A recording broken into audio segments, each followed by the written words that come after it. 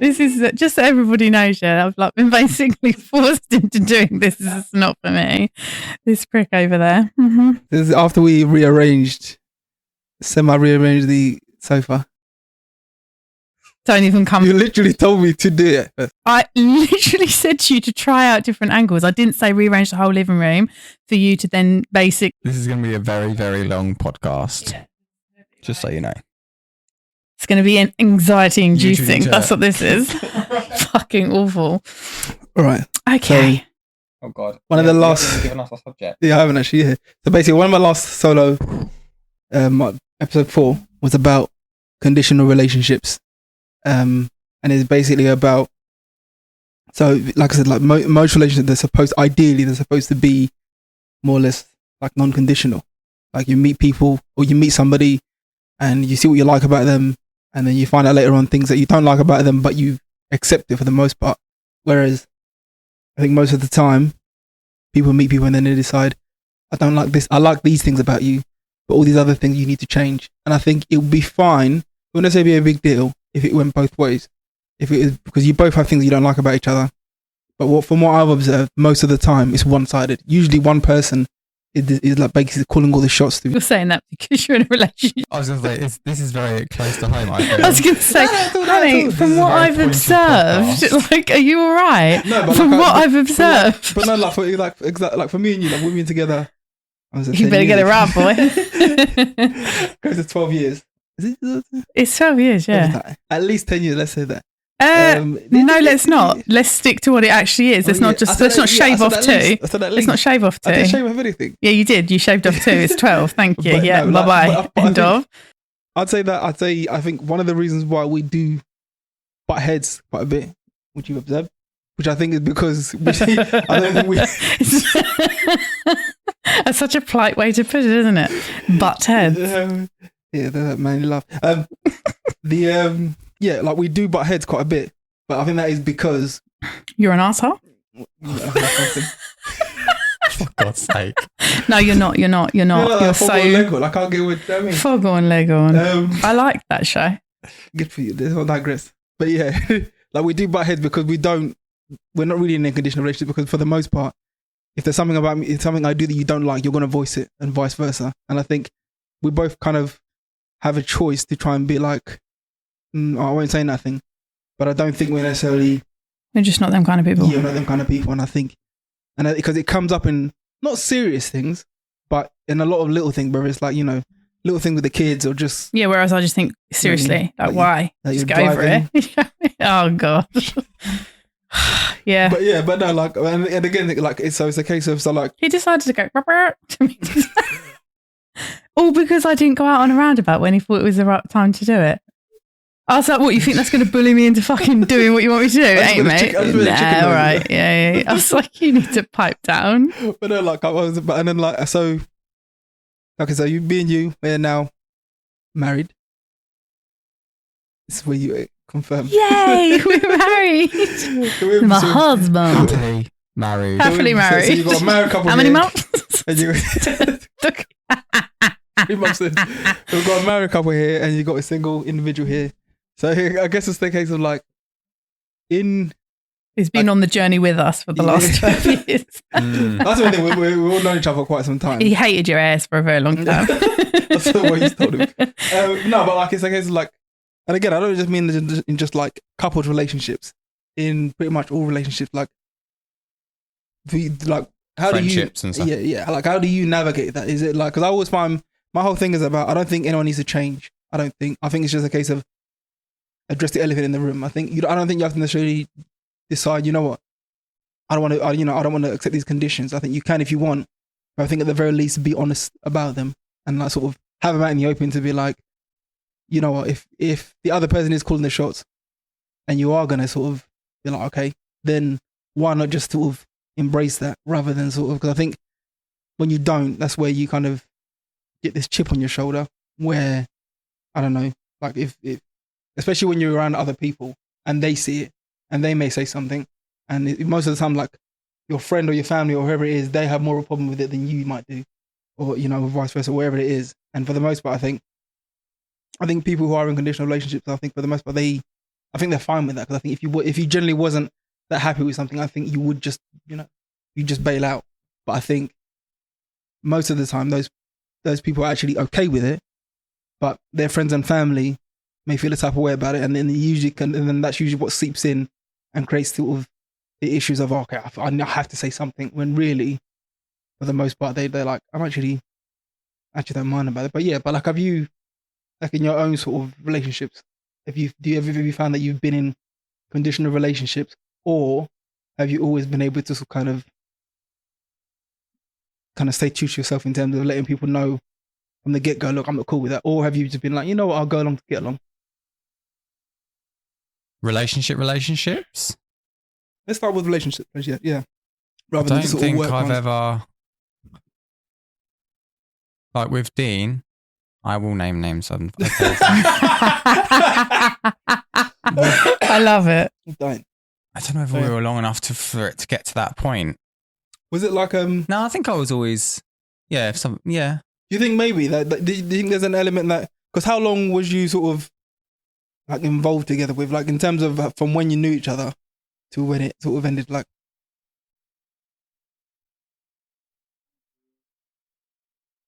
Or do you feel like there's an element that, because you did kind of, I guess, stay true to yourself, for lack of a better term, you think there's potential, like, let's say if there was time when, I think if I didn't stay true to myself, or I think if I was less, then we'd probably still be together. Right, yeah. 100%. Yeah, I agree with that. And I think that's what it is. I think it's that thing of, you kind of have to either, you kind of that's kind of what creates issues, isn't it? Where you're challenging the other person for things that they think or feel, and you don't necessarily quite agree with that. So it's like you say, you either just shut up and put up with that situation, or you voice it. And I think sometimes over a period of time, it can wear thin, and then in the end you're like, am I actually going to change it? And it's not that you want to change this person, but I think trying to get them to see it from your perspective and the way that you see it, I think is really difficult. And I remember from your situation, he didn't get things the way that you got things, which then... Yeah, but that's, vice versa. I didn't get things the way he got things as well. Yeah, Do you know what I mean? Yeah. And I think that's where, like, because one of the things I mentioned in my episode was, like, is it really... I don't think, personally, this is just my opinion, I don't think it's possible to have mutual happiness as well as both of you generally being, like, completely genuine with one another. So like, I don't think I can completely stay true to myself in every shape, every way I know how, and you stay, completely true to yourself, and have that, and also still have mutual happiness. I think at certain points, I think it's going to give. Don't get me wrong. I think that's being in a relationship, though, isn't it? I think you're always going to have the elements of compromise. There has to be. Because you're never, unless you're two people that completely see things the exact same way and do things the exact same way, which is so unlikely, you're always going to have moments where you're going to succumb to the other person slightly, to not just make for an easier life, but to savor a day or anything. It could be, you might not want to have a bad time or an argument, or at that moment, there's always going to be times that you're going to think, all right, we'll let that one slide, or I'm not happy with that, but I can't be asked. So I do think, unless you've got two people that are completely on the same wavelength with pretty much everything, which is just, I've never seen it. I just don't think that's going to happen. Yeah, I think because there's like, and I think that's the other thing as well. I think because I think it's that thing, and this is why I said, like, I think the main thing is I don't necessarily think people even need to really change. I think it's just a case of having the elephant in the room. As you said, that is a relationship. You might as well sort of, you kind of have to do a tit for tat. Sometimes you might get your way, I might get my way, sort of thing. And I think if you can get to the point where you can sort of accept that, I think it's also being about being honest about that.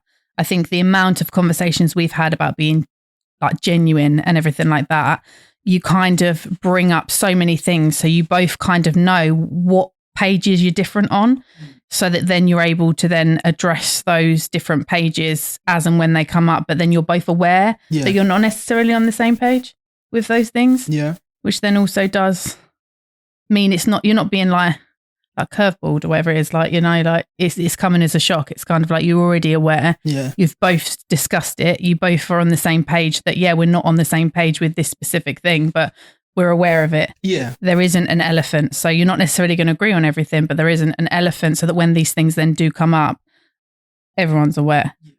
That is true. Because, like, do you feel like it's like subconsciously, because you know, kind of, you're like, I'm not in who I am, I'm not really going to budge much. Not enough to sort of completely go without someone. Do you feel like, for the most part, you sort of, that hinders you in terms of eventually finding somebody? Or have you got to a point where you're just kind of like, I'm not even fussed about it? Oh, I'm not fussed about it. Nah.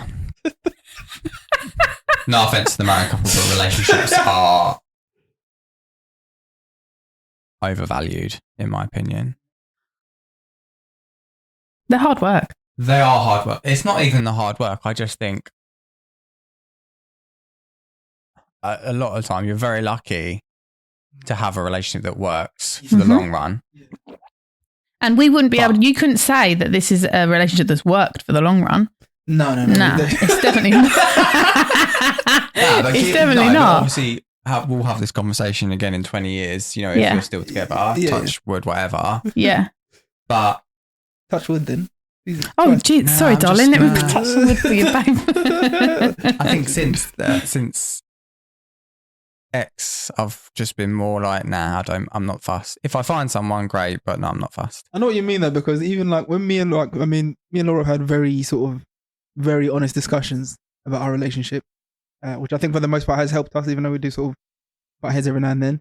But I think I remember I said to you, like, I think if things were to end between me and you, I don't think I'd go out my way to try and, in fact, I probably wouldn't even get in another serious relationship. The fact, you know, we've got 2 kids or whatever it is, but I think there's even some bitches out there now that are like, hey, let me try and beat this bitch. No, what I'm saying is, like, I wouldn't, because for the effort, like, I feel like if I'm not, because I do think you kind of have to you have to just pick somebody and make it work with them. I don't think there's necessarily, there's a, you know, Mr. or Mrs. Right for people. Don't get me wrong. There's definitely Mr. and Mrs. Wrong. No, I don't necessarily. There is not this whole fairy tale. No, see, I don't agree in that. Yeah. Mrs. Right, Mr. Right, whatever. No, but I don't agree with that, what you just said, though, where what did you say again? How did you word it? She doesn't agree with it, but she can't remember. I'm so bad. I literally got such bad memory. No, I said.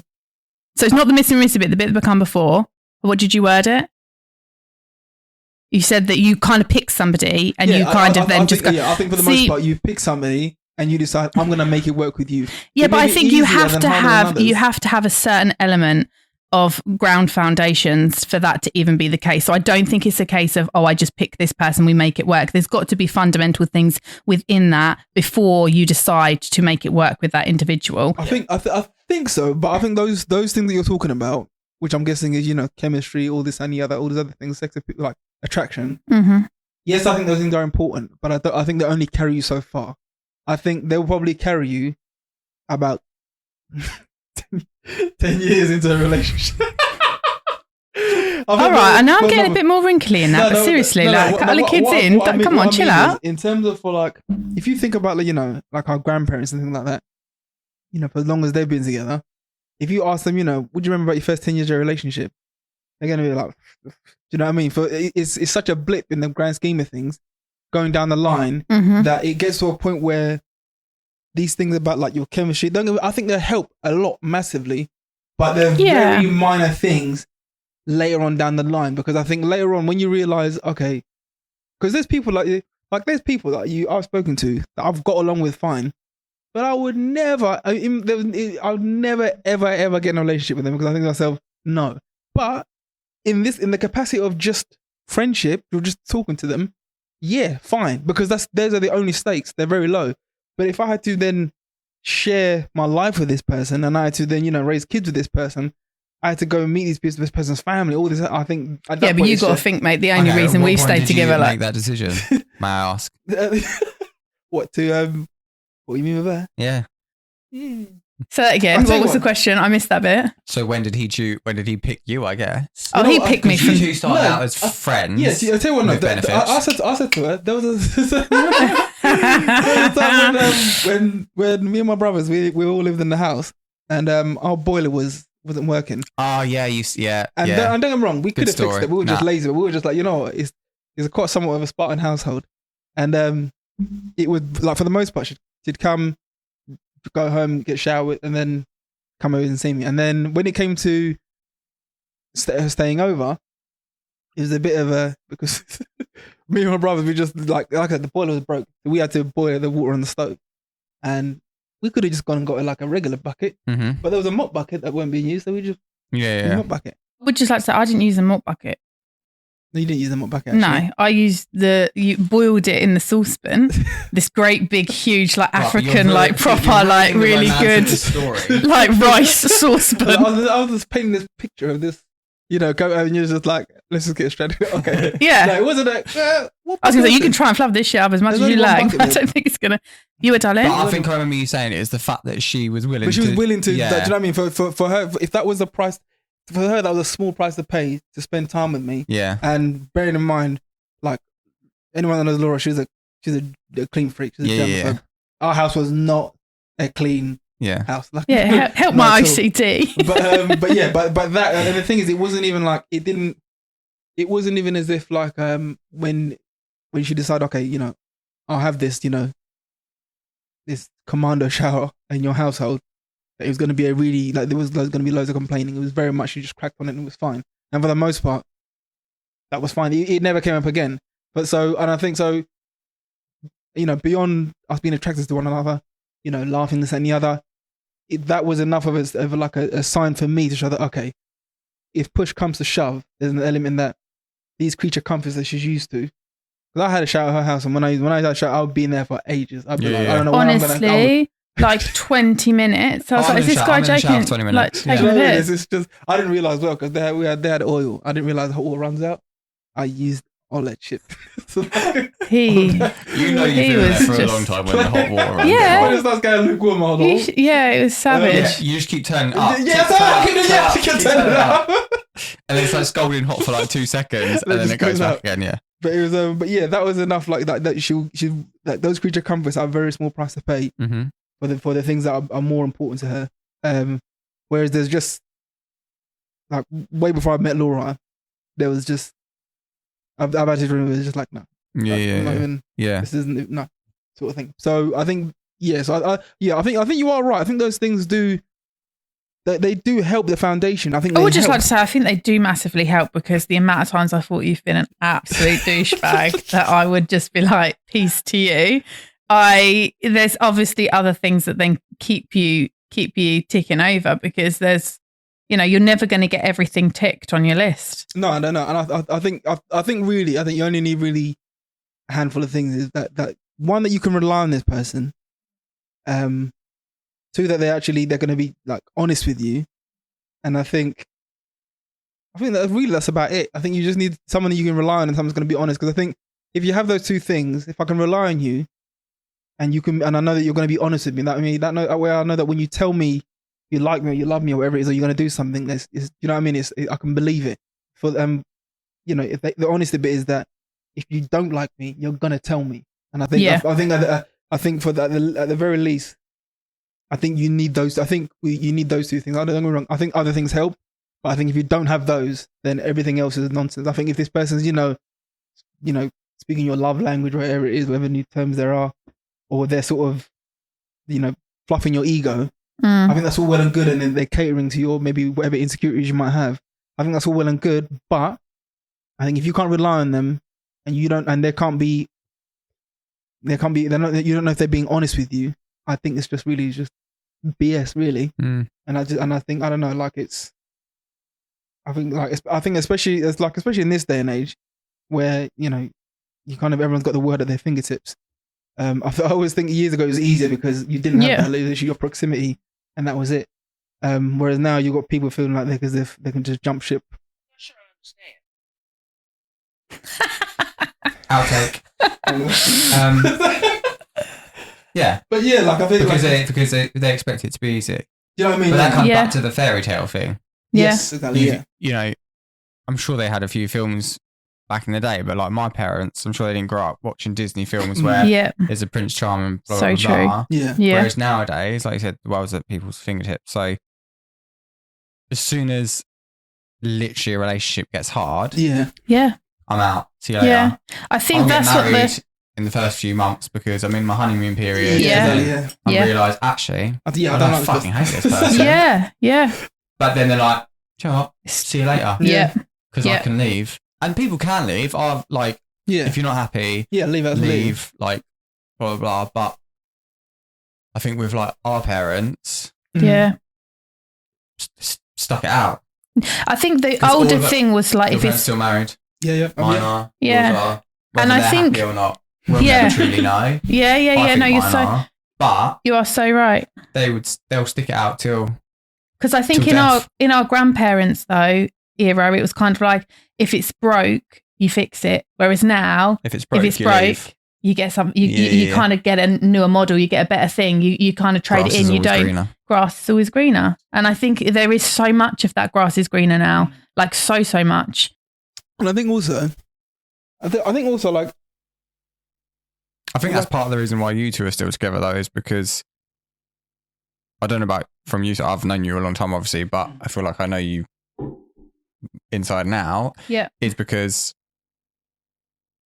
you've got that same mentality. 100%. Yeah. I don't get invested, and I don't see ends. I'm like, I'm in it and I'm going to work it. I'm going to be really, unless there's something that's catastrophic, that's like a deal breaker, done, then it's different. But I do feel like there's certain things like that I'm just like, we can work through this. We can do this, that and the other. There's obviously things that we're both aware that would be a deal breaker. I'm not going to work for any of that kind of nonsense. But in terms of just, working through with the children, communication, all of that, I'm a fighter in things like that. And I also, like you say, I've come from a family where it's not broken. So I've always, and my children are my life. So I wouldn't want them to have that kind of broken. So it was part of my job as a parent is to, I want them to see pure, genuine happiness and love.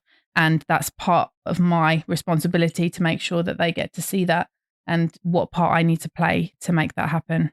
Yeah. I think it's like, again, about being like, sort of being honest about this, or the elephant in the room. I don't think that, like when we're talking about these sort of genuine relationships and, staying true to yourself, I'll say this. I don't think that's for everybody. I think, for example, I'll give an example. So when I look at my mum and dad, I think there's an element that they've stuck it out because they're committed to each other and this and the other. But I think a bigger reason, or the main reason, as to why they've stayed together, is because there's been very little influence from the outside world. Yeah. I think if I said to my mum, "Are you happy with my dad?" She'd be like, "What are you on about?" I think there's a part of it that would be like, I saw them kiss once, and that was at their silver their 25th anniversary, and even then it was just like, okay, I guess that's what we're doing when we're in England. But for the most part, they're just like, because I guess my parents are African, but but there is no, how do you make me feel? There's none of that. Yeah. For the most part, I think they've kind of just stayed together because what else are we going to do? I think for some people, and that's why I say like these kind of relationships, like the relationship that me and you sort of try and get to, and I say strive because I think it is a very difficult thing.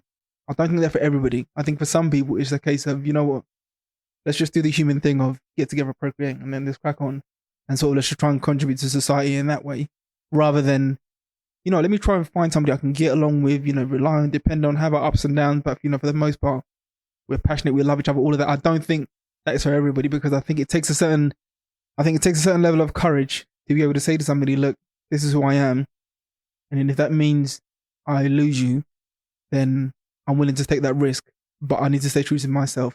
And for the other person to also sort of do that as well, and then for you guys to also stay together, because the truth is, you might not. And again, I just said, I think you'd be very lucky to get, because I think everyone has an opportunity to get that in that relationship. But you might meet that person when you was in school. You might you might not meet that person at all. So I think there's an element of sometimes it's and I think that's one of the reasons why the generation before us or generations before us, I think that's why they were able to stay together, because there was very little influence. I think sometimes with certain people, they've sort of, once they sort of get a taste of the outside world and they realize, or they think, as you said, the grass is green on the other side, that's when they're like, oh, wait a minute. And they realize it was just a case of, like I remember I gave that scenario, like example of, I think for the most part with life, people are kind of making their choices based on what's available to them. Like when you go into a restaurant, you look at the menu, you can pretty much order whatever you like, and you pick, out of all these things, I'm going to pick that. In life, that's not the case. We don't have we can't access everything, and we've decided I'm going to pick a 9 to 5. I'm going to pick that person. For the most part, these are our options. So I prefer this one out of what I see, so I'll go with that. But there's like a whole other plethora of things that are sort of out there that I think if you do sort of get a glimpse of them, there's an element that who you are as a person will get tested. And I think when that aspect comes into relationships, I think if you lived in some Amish community, then yeah, you'll probably get together and it'll be fine. I think when you then start bringing in sort of social media and this and the other, I think this is where your relationship will start to get tested. And I don't think it's for everybody to be able to sort of withstand that kind of Well, you've got to think pressure. of our parents, like you've said, your dad's only recently just got a phone, hasn't he? Like he doesn't even have a proper. He's had a phone for a long time, but no, he doesn't have the only thing he has is some cycling. Yeah. App. Yeah. Yeah. And then my mum's only in the last couple of years got a decent-ish phone that's kind of they just leave their phones downstairs, don't they? They're barely yeah, even they don't using take them. them to bed or anything. Worked out the fact that it's called a mobile phone. Honestly, he takes it cycling. Actually, does he? I don't know. He doesn't take it. He takes it to work. But even that though, even my mum would get frustrated with dad being on the phone too long. Yeah. Sitting down, okay, we're not going to put this phone down now. Can we not? So I do think, and I think even us, if ever we went out for dinner or anything, we're not people that sit on our phone or anything. I'd find that utter disrespect. And the same. You see, I'm sorry to say, I'm sat here now, and I'm struggling not to just be like this. I mean, completely digress from the actual topic, but I don't think I wouldn't find it rude if we went out for dinner and you were on your phone. Oh, see, I just think what's the point in us being there if we're on our phone? I can talk at the same time. I think it's different there because I think because you guys have been friends for so long, you have that general relationship. Correct. So whereas but it's the thing, if you didn't know, that well, my dulcet tones then all the time. you'd then be like, are you gonna fucking? Do you know what I mean? You then start sort of. I remember I watched the film. You guys ever seen a film called The Invention of Lying with Ricky Gervais? Oh, I know of it, but I haven't watched it. It's quite an interesting film. I mean, because everybody just tells the truth. She literally he goes on a date with this woman. I think it's Jennifer Garner. I think she's yeah. And she just says to him, "Yeah, no, I'm on a date with you because I'm a bit lonely. But really, I kind of need sexual intercourse. But I'd never ever procreate with you because you're fat, you're stubby, and I don't want you to be fat and stubby. So that's where we're at." And he was like, "Okay, I feel really insecure about that, but I'm going to stay here because you're the most prettiest woman I've ever been with." But it was do you know what I mean? But it was, for the most part, I think. Don't get me wrong. I'm not saying everyone should just go and let people have it. No, but you are that kind of person. You're a really brutal person. You're so intense. I'm only honest with people that are yeah, you're honest with people that you basically associate with on a regular basis, aka people that have to listen to the BS that comes out of your mouth. I feel like only when it's necessary. And to be fair, actually, both of you are arseholes in that. You're both very truth tellers. You're real life. I don't consider being honest being an arsehole. No, when have it's I ever not. been honest I know. to you and you've felt bad about it? Stand corrected. No, I think that No. I think because you are both such honest. No, see what it is I think because you're both so honest, you kind of make me feel like I need to kind of be better, to be as kind of because I do think that there is elements of the fact that I would well be. done. a bit sensitive to things. Whereas I think that there was a time with me and you, because we've obviously since the age of 2 or 3, we've been, together. So I feel like there was a point where you changed to the kind of person that you are now. There was a distinct moment. I remember it very well. So I feel like, and you suddenly became so much more brash and like, nah, fuck this. And it was really, and it's amazing. It's an amazing trait to be so honest. And I'm grateful to have a friend like it. And I think it does kind of strives me to try and be better, because I think that I'm not as good as being as a truth teller. I feel like I am honest, but I'm one of those people that kind of like fluff my honesty. I won't be as direct. Whereas what's the point in the fluff? Like, you just need to be direct, be honest. You're not doing it and saying it to be horrible. Yeah. You're doing it for the goodest intentions. Do you know what I mean? Some could be said for you. But you see, so she's saying there's a distinct time where I changed. Yeah. And you accepted that. Yeah, right? exactly. I did, yeah. So like, I did, yeah. Yeah, if you had been like, I can't deal with this. Yeah, she didn't. No. And I don't. Well, it's. I don't think I've always been I'm not a horrible person. Yeah, no, I mean, you're not a horrible yeah, person. No, you, God, no. You're not. No, firstly, your humour is just your humour. Right, okay. No, you're so funny. Would you like to hear a joke? I don't feel like you're not a joke teller. You're just so.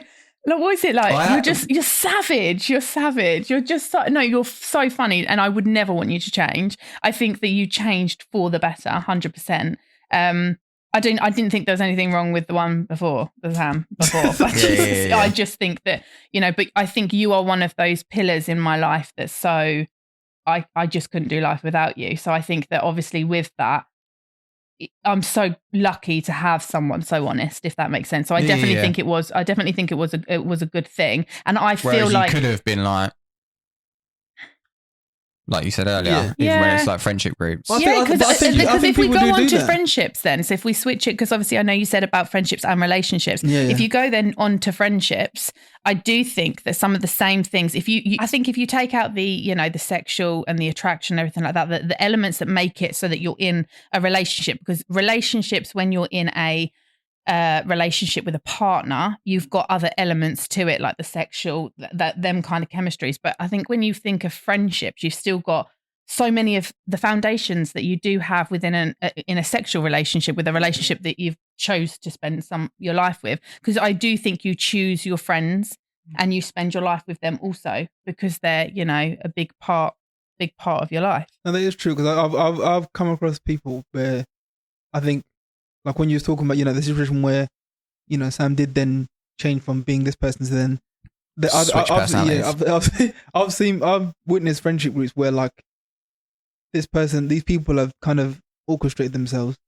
They've had other situations with other they've had other relationships, and therefore, this is too much of that they just put themselves in this situation where everyone just kind of fluffs everybody, and they just kind of feed each other the egos. And I'm like, none of this is real, and it's just this weird environment where everybody's they're kind of slightly trying to one up each other, as well as trying to sort of, prop each other up on these on these pedestals, and it's this really weird there's very little genuine conversations that are going on. I find that really sad though, because I think because I'm so lucky and I feel so blessed and so lucky with the people that I have in my life, I have such genuine stuff with.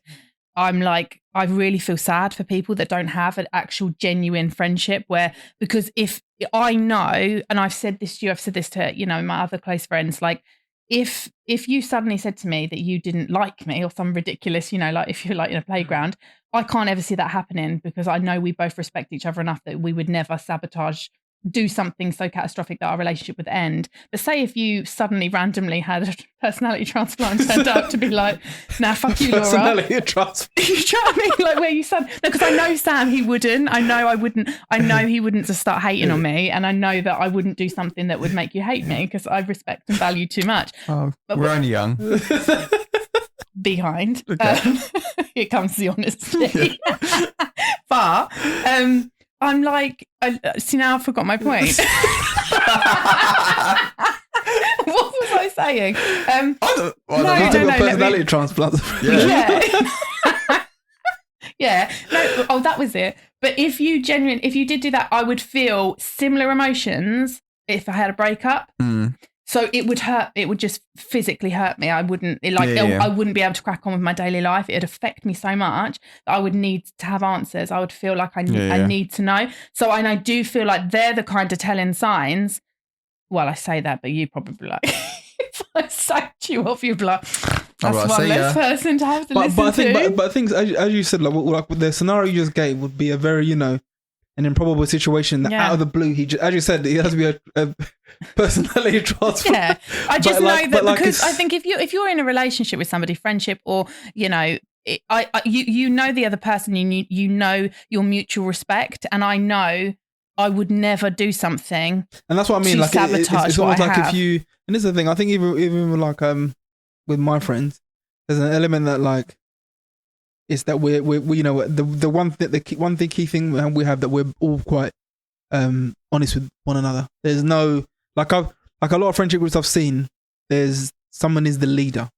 Someone's in charge. Yeah, someone sets the tempo. Yeah, definitely. If they say this is where we're going, that's where we're going. And there's this weird, and honestly, I think it's really weird. I think you have that when you're in school, with all children. I find that whole so. But like when you come to adults, there's no. Do you know what I mean? Where ideally, you should all be equals leave the playground. Everyone's equal. Do you know what I mean? But I think there's some people that, and this is where you can. That's where you can. I just say a telling sign where this is not necessarily a genuine relationship. But I think at the very least, there's no, like nobody sort of. No one's saying, no one is a leader in terms of, okay, he says that this is what we're doing, or we look to this person to be like, what's the point of reference of whether or not we should go to this club or that club or this and the other. And to be honest, luckily it'd been that way from the get-go, because I think we kind of just all happen to be that way. Now, saying that, with my group of friends, I've been out with them, I've been around them, around when they've been when they've been around other acquaintances, and it's not necessarily the same. Now, I'll say this, my friends have never been the ones that I've been doing the following, but there is an element that I can see that I've been in a situation where I've witnessed it, and I'm like, had this been the situation, my friend would have said, if this had been me and him, he would have said, that's really dumb, don't do that again. Whereas in that situation, because the friendship isn't genuine, he's kind of just like, yeah, just let it slide. And for the most part, I can see it's just like, it's just an acquaintance, so there's no need to be. But there's an element of, within our friendship group, if someone's doing something really dumb, everybody will give their honest opinion whether they think it's silly or done with it. But there's no one sort of does this thing where they fluff each other up. So there's an element that if we ever all did fall out, or one of us did fall out, it would be because of a genuine reason.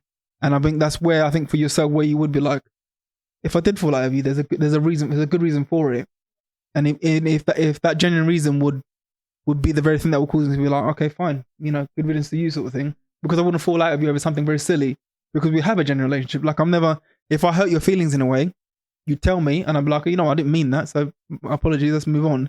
But I think if you have if you don't have a genuine relationship, I think you can have situations where, because you don't really know each other in that way, just enough to say to somebody, look, I don't really like you talking to me like that, or I don't feel comfortable with those jokes, or whatever it is. But I think if you have that genuine relationship, one, you'd know that this person isn't necessarily trying to target, like it's not a personal thing when they're making the joke. It's just something that they do. I think as well, some of these things come over time, don't they? Because I think a lot of people, we all change friendships throughout our lives. You go into different jobs, you get different relationships. But I think when you get those real genuine friendships where you wouldn't actually have to say, not really appreciating that joke, because you have already kind of gone through all of that kind of stuff. Like you go through such a journey to get to that stage where you're like, this is like what's, like a die thing, like you die for the person. Do you know what I mean? Like you would genuinely do whatever you could, if they called you at any point, there'd be just no question. Yeah. I would those die kind for of things. absolutely no one, just FYI. Yeah. This is what I mean. You're so savage, and I love it. But no, you wouldn't. No, I wouldn't. Yeah. You even said to me not that long ago. There's a bullet coming towards us. You best believe I'm using you as a shield.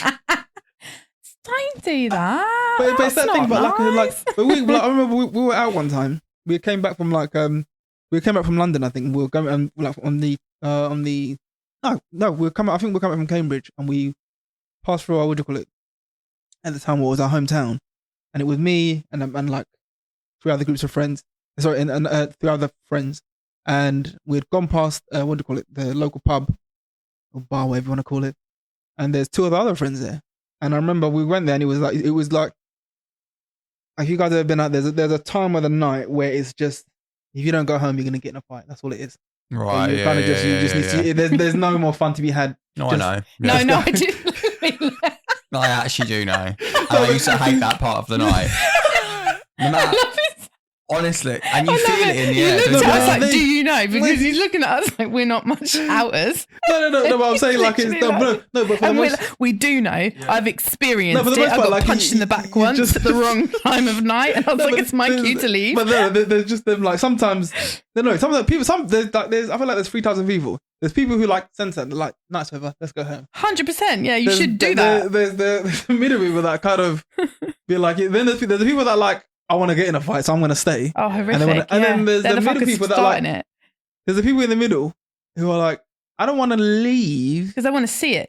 Do you know what I mean? So they kind of just linger around. Oh, it's just. Oh, And for some reason, this night horrendous. we were those people. Anyway, Oh, you lingered. Oh, you were one but of them. You were a we- lingerer. He was in the middle category. We were like kind of on our way home. We kind of and we saw these other friends and we're like, oh, I say hello, whatever. And anyway, there's some kerfuffle that was already going on, and then one of our friends, he joked and said, oh yeah, you take them ones, I'll take him. And then one of our other friends that was there said, hold on a sec, mate. It's 5 against 4. I'm not involved. You lot are fighting. I'm not getting involved. And for the most part, since school, he's maintained that. He's never ever tried to give off a vibe that is like, listen, he's like, look, I'll call the ambulance, I'll call the police. I'm not getting in a fight. Do not count me into your nonsense. And for the most part, we've always said like, we respect him because of that, honestly, I because he feel never like tried to it'd do have to something be he's an attacky situation. If somebody attacked somebody that I really cared about and I was with, I would 100%. I wouldn't stand for Well, that. no, but I think it's probably the situation was probably.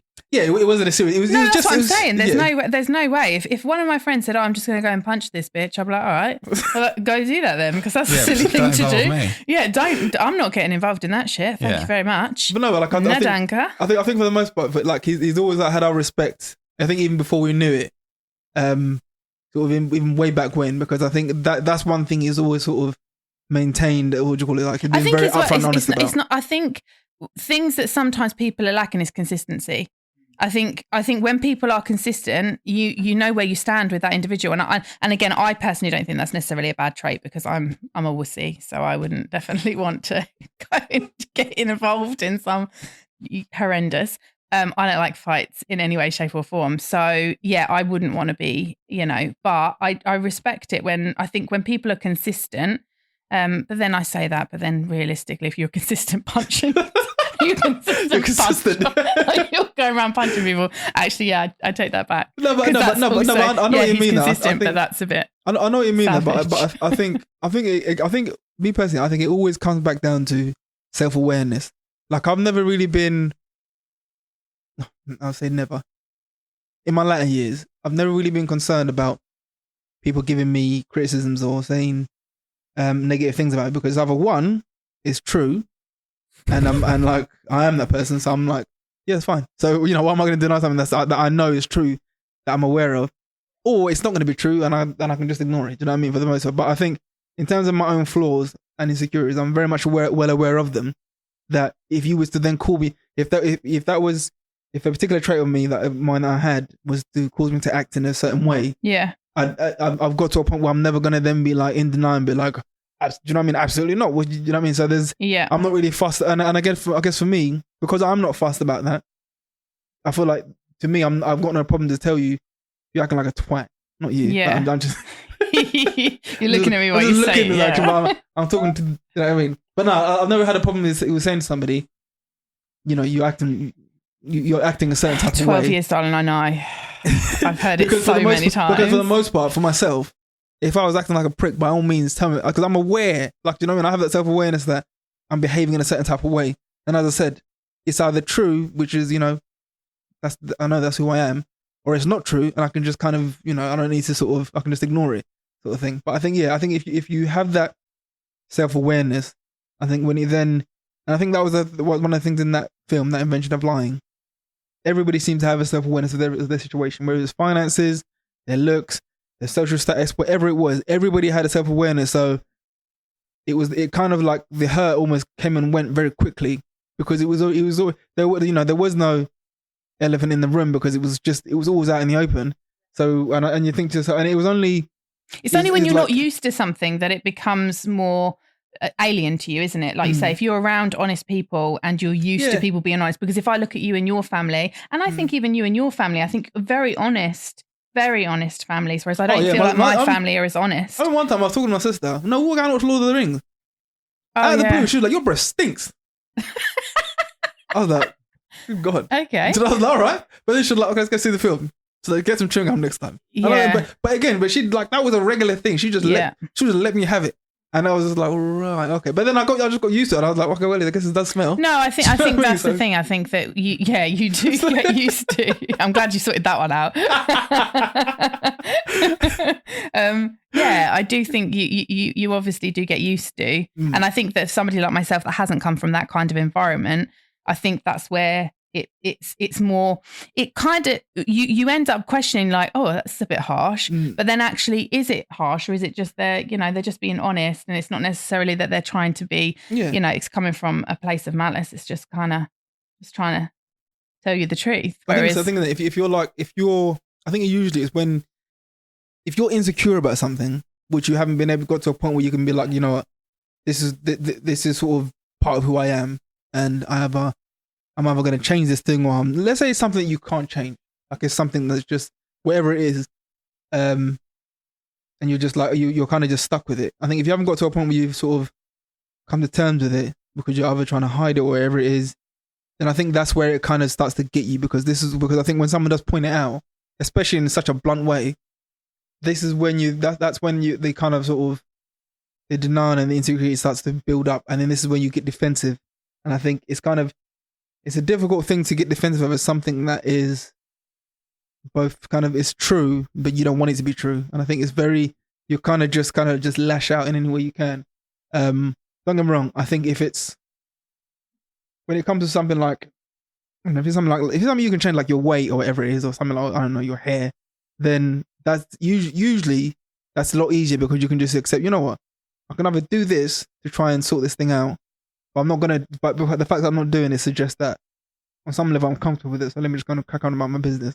But when it is, like I said, if it's something that's like, maybe it's a hereditary thing or something that you was born with from the get-go, and it has created this insecurity, I think if you can't get to a point where, if you can't try and get to a point where you're kind of, you really kind of accept that part of yourself in the form of having that self-awareness, I think this is where, as you said, especially, and if you're not in an environment where people are kind of letting you know what it is from the get-go, when you then experience that later on down the line, it can really, kind of quite rock you a little bit, where you're like, I don't know why I want to be sort of engaged in any social situations, because if you bring that up, I'm finished. You know what I mean? Yeah. And I think, like I said, I think it's a bit harder for more people. Well, it's more harder for some than others, but I think some people want to go on that growth journey and others don't they? And I think that some things that you get faced with, you're at a crossroads of, am I going to face this and, growth from certain things, or am I going to just go, that's not for me? Honestly, I think it's not for everybody. I think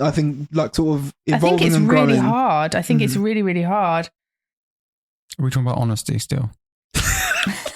I was talking about growth. No. What I mean as a whole, like, is just in terms of like, I think that part of life of being sort of the ideal version of you, which is, conscientious. I'm not going to try to say that word. Conscientious? Is that the word? That's right. And I don't know what that bloody means. But that word. Conscientious, isn't that like someone that I don't know. All I know is drives your car around looking back? Or like, conscientious. I was going to say, that's a chauffeur. No, you're right. Concierge. Concierge works at a hotel. Yeah. They drive you around there. No, but in America they do, don't they? They take your car and park take it. your car. Valley. Oh yeah, what's a concierge? A concierge is the person that works at the desk. Well, you used to I be used to be. Of a hotel. And the you used to tell chauffeur myself drives.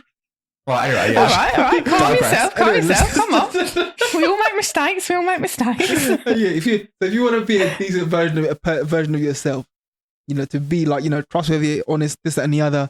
I don't think that is for everybody, because I think it's, for the most part, I think life is hard enough without trying to sort of having to sort of try and battle your demons to try and get to a point where you're like, okay.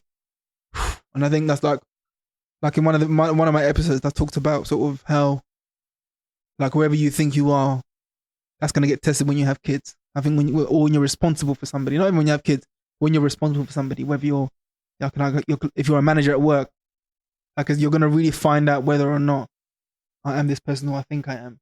And I think like I said, I don't think those tough journeys are for everybody. I think some people I think it's in them to just sort of be just the basic version of themselves. I think some people, if you put that kind of pressure on them, I think they'll crumble. I think for the most part, they're fine. I think these are the people that they're okay with being in conditional relationships. In fact, I think on some level they prefer them. I think it's not even that. I think a lot of people prefer it because it's so much easier because you have to really confront so many things. Yeah, like some people, like we've met people that you met people that are like that will either get with somebody who basically doesn't have a mind of their own, who just wants to be told, do this, do this, do that, do this, and so there's people that will look for someone who tell them what to do. And there are people that will look for someone who can tell. You know what I mean? So I think for the most part, I think there's some people who want to they want the safety net because it's easier. And for the most part, it is, like I said, life is hard enough. So I think the easy option for some people is a bit more appealing. And, as you said yourself, it's an element that I guess you've had to kind of decide for you, have this conversation with yourself in a sense of, do I continue being myself and potentially just stay alone for the rest of the time and sort of enjoy my own company? Or do I sacrifice a bit of who I am for a relationship and that companionship? And it is that case of, I think, if you're somebody who hasn't got to the point where you're okay with being by yourself, forever. Mm-hmm. I think for some people, because there's that term that, human beings are gregarious creatures. Like if someone woke up and they're by themselves, the first thing they try and do subconsciously try and find somebody else, and then they try and find another person. It's that thing of, can you get to a point where you're like, I'm actually fine to be by myself. I think that's one thing that's like winning. I think I've said to Sam though, when we've had some of these conversations before, like I feel like you've kind of got it and you've got it down. I think when you get to the mindset that you're in, I think you're winning, because I think that if you can just do life by yourself as a whole and be content and happy with your own company, doing things that make you happy, and you go on that journey, if anyone then comes into it, it's just an added bonus. Yeah. Do you know what I mean? It's just a blessing. I think I started talking and now I lost my train of thought. I'm glad I'm not the only person on this podcast and stuff. No, I've done that car a lot of time. I just waffled. Like you say that, like I think I've got a thought, but it just won't articulate. I know, I hate that. Do you know what I mean? That happens to me a lot. That happened to me yesterday. I was trying to tell you. I think that, and this is no disrespect to people that have chosen to be in relationships and things like that, but I think relationships are something that is very much a pressure from society. Like generally speaking, you feel like you have to be with someone. There's that whole, you get married, you have kids. Do you know what I mean? That's very pressured. Whereas I guess it kind of comes a little bit of being gay. Yeah. You're not the norm anyway, so I don't feel those pressures. Right, I see, yeah. And I'm perfectly okay with that. I don't. Well, I've had relationships. They don't work. Partly me, partly them. Yeah. I'm never going to change who I am. I know what you mean, actually. I'm perfectly happy with who I am as a person.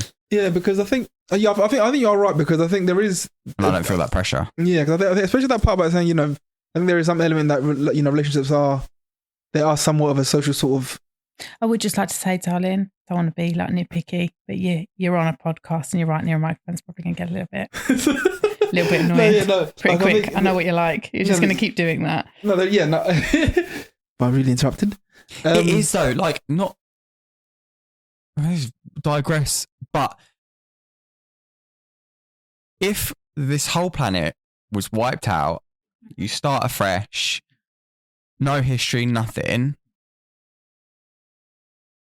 Like, it's not natural, in my opinion. Obviously, opinions are different. It wouldn't be natural for you to seek out a relationship. Like, yeah, to be like, I'm do gonna. you know what I mean? Yeah. It's not something that I it's think, something that it's a pressure that people have put on us. It's an ingrained thing over in society. decades and decades. Yeah.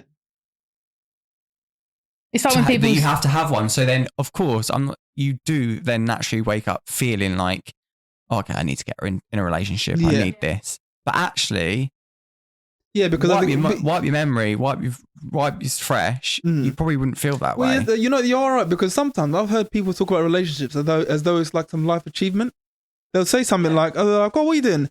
I'm like, "Oh, I've got a partner now." And the other person will go, "Oh, really?" And you're just like, what's happening? And it's a weird thing. They've used like there's nothing about, oh, you know, I've learned this skill or that skill. I'm doing this now. It's just a case of, and then it's kind of like goes up levels. They're like, oh yeah, we're kids. Oh right. And you got married. And it's like this weird thing where it's like I'll say this. I think there's some people who I don't think they have anything else going in life. Not that that's a bad thing. I don't think, like I said, not everybody's going to be Bill Gates or whoever.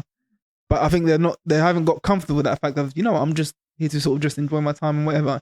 That I think that they're like, I need to have something to say when my friends and family ask me what I'm doing in my life. Yeah. So I'm gonna go and get with somebody, have kids. Well, it's like so many women feel pressured to even have babies. Yeah. Do you know what I mean? That's so sad. That's for another podcast. Yeah. but again, like you say, it's just society's pressures. Because obviously, you know, you don't see say you weren't together and you didn't have kids. Yeah. And you were this age. Yeah. You bet your damn ass that the first thing they would say to you is, "Oh, have you met anyone? Oh, you know." And then that will be the whole topic of the year. It's just like, or if you have met somebody and you're in that relationship, and then they're like, "When are you going to have kids? When are you going to have kids?" Yeah. And then when a woman says, I so respect it when a woman turns around and says, "I don't want kids," I'm like, all power to it. Because you've got to think to yourself, how many people end up having kids when they don't actually want to? That's and then who even suffers? When I was younger, they all suffer. I'm a guy. Even when I was younger, you'd say you don't want kids. Mm-hmm. Your family would be like, "Oh, you'll change your mind when you're older." Yeah. I've not had one fleck of change. Yeah. No. But I think it is that thing where I think the other thing about relationships are, like, when you think about, you know, they're kind of like social constructs now. It's not just that, you know, you're in a relationship with that person. There's the other politics that you're not just in a relationship with them, you're in a relationship with their family members as well. Because now you get this thing where you've got this person that you're involved with. It's like the family can have an opinion on who you're going to be with and what your life's going to look like. It's crazy. Which is weird, because there's an element of like, you're with this person, like, so I'm with this person, fair enough.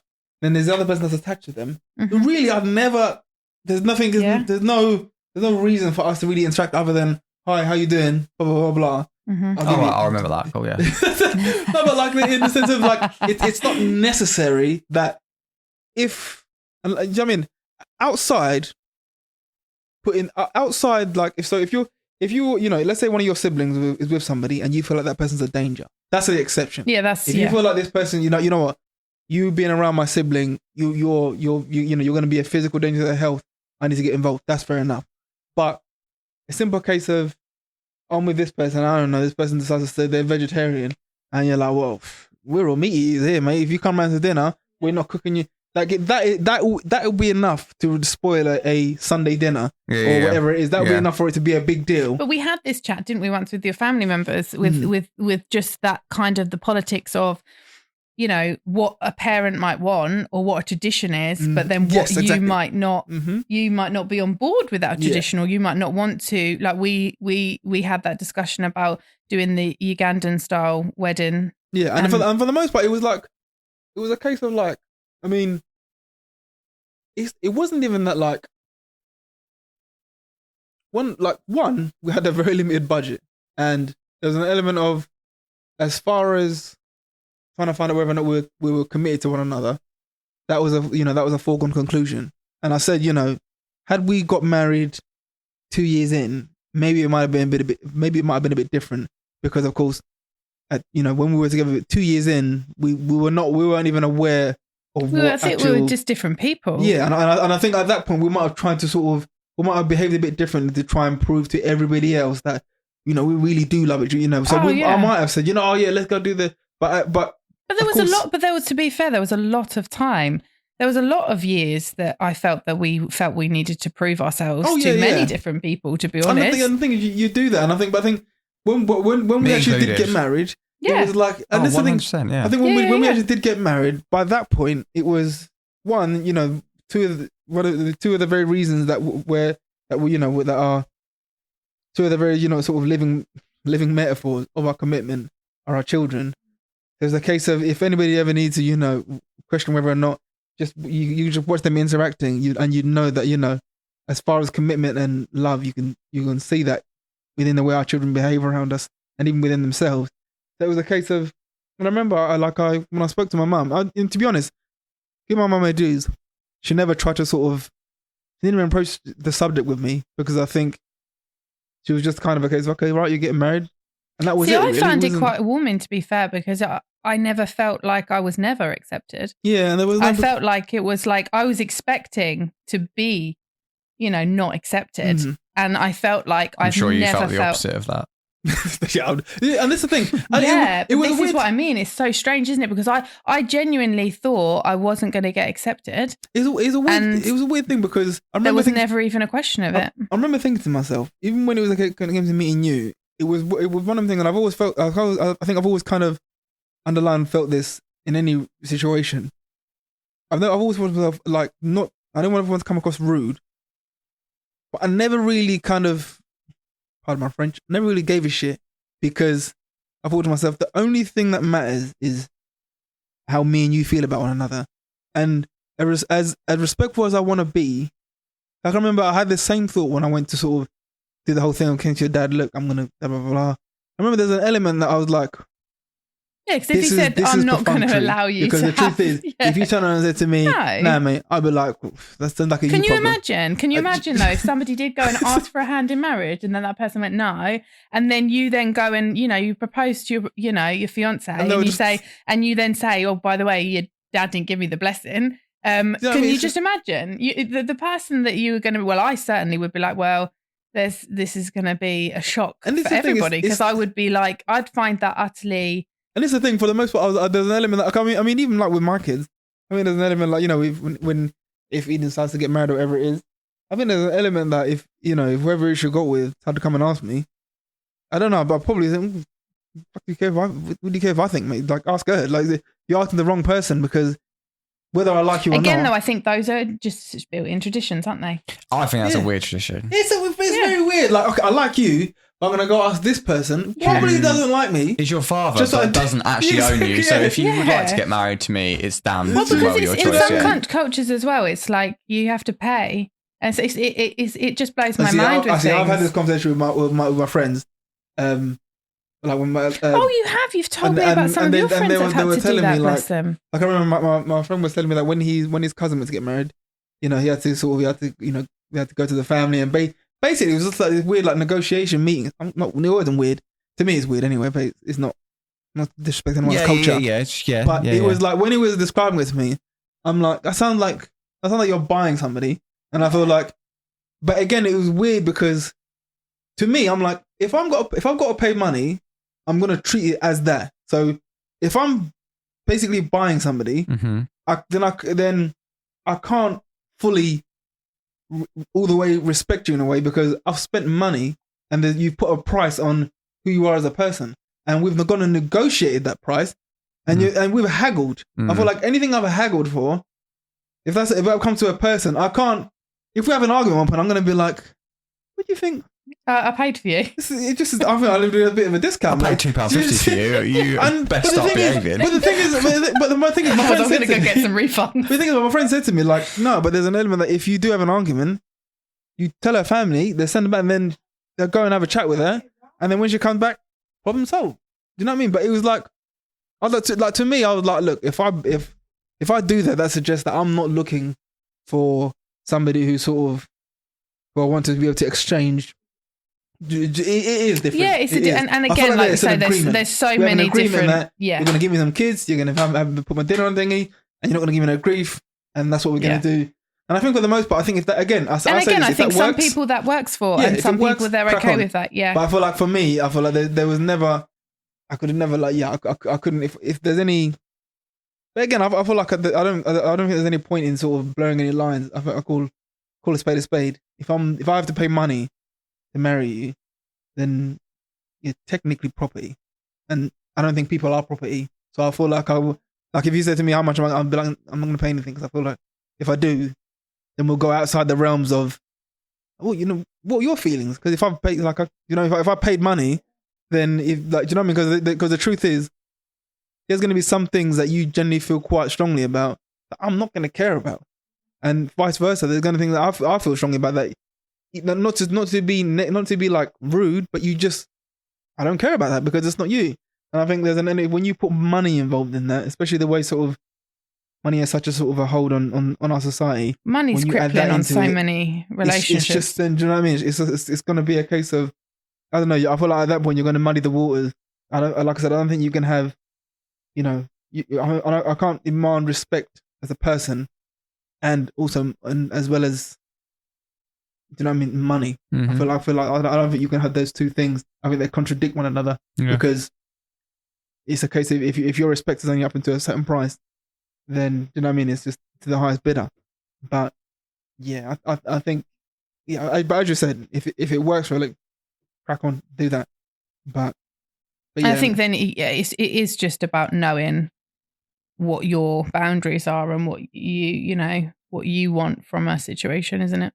And that's what I'm going to do. You can link it back to that. Yeah, and I think that's what it is. It is a case of, like, as a whole, what is it you're looking for? And I think even for me, when I think about, like, when we've had a sort of rough time, I thought to myself, I don't know if we'll make it or not. And I generally sort of have a realistic idea of what life will actually be like, not what I think it's going to be, but in reality, when you start putting in the kids and this and the other, or potentially other relationships or this, that, and the third, and I really try to think about things to myself. When I ask myself, what do I want, or what do I want to feel like? I thought to myself, I want to feel like at the very least I tried my best, and whatever it was I wasn't willing to sacrifice, that then potentially ended the relationship. It was something that was worth, like, I was gonna, like, in my loneliest times, I'm still gonna be like, what, I'm fine. But I think if there was like, and again, I think when I think of, but again, I think with that, I think because I can be honest with myself, there is in the decision making, there is no ego, which is one of the reasons why we've kind of been able to sort of keep it going, because for the most part, I don't think either one of us are trying to put in, like, I don't know. We're not trying to hold on to our happiness, because I think for the most part we understand it's even if me and you are having a great day and we're having, it's an amazing, whatever it is, if something goes wrong, one of the kids, if they're ill, whatever it is, that's gonna, do you know what I mean? So I think for the most part, all we can try and do is, one, we not understand that they are the priority, which they let us know. We even said on our wedding night, it was a case of, thank God, because they were just fine. But we knew so good, at any point, if one of them just had the whole, literally, the bride and the groom would have been at home reading the bedtime story, because that would have been it. Because, you know what I mean? Because if we had carried on and said, we would never enjoyed the night, because the whole time would have been, I can't. Right? I did this, I did that. Yeah. So it was a case of, and I think that was, and I remember I thought to myself when we were planning it, and I remember we had the conversation, and I was saying, let's try and make it as simple as possible, as small variables as possible. Mm-hmm. But I remember I had one moment, I was like, you know what, if these kids could just, if they wanted to, they can just shut this whole thing down. Yeah. And again, it was a case of, we won't love them any less. But I think it was a, and the fact that the night did go really well, luckily, and we were both like, oh, thank God. It was just a case of, it was really a reminder of what relationships are really about. It's like in the long run rather than at the beginning. Because I think when you're at the beginning, before you actually really start, you start finding out whether or not actually you do like each other, or you are committed to each other. You're kind of just messing about. But later on, and that's why I say, 10 years is kind of a bit of a blip. Later on, when all these things like chemistry and attractiveness, all of those things, when they no longer matter anymore, and it is a case of, okay, can I actually depend on you? Can I rely on you? and if push comes to shove, are we kind of going to try and, are we both sort of committed to a point where we're going to try and make it work? I think at that, I've gone and lost my point.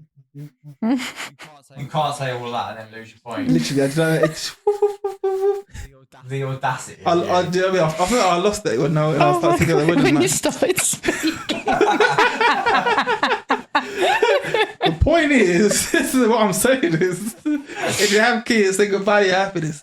I feel like if you don't have, people don't have kids and they carry on, focus on your happiness. And if that person making you happy, fuck them off. But I think if you have kids, just sack that shit off. And I think... I disagree. I completely disagree with that. Yeah, I just don't think you're going to get it. Because... I think your kid might be... The thing is, if you're like... One sec, I really need a wee. Yeah. Can I run for a wee and then you just cut that out? Yeah. No, do not cut it out. Are you going to piss yourself? Oh, you could have waited then, couldn't you? Oh, I should have done that. Oh, I should have done that by the microphone. This is in no way sponsored.